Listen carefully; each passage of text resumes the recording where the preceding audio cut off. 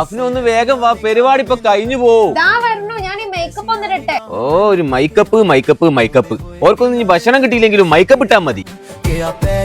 ആരേക്കും ഈ മൈക്കപ്പ് ഒക്കെ കണ്ടിടിച്ച്?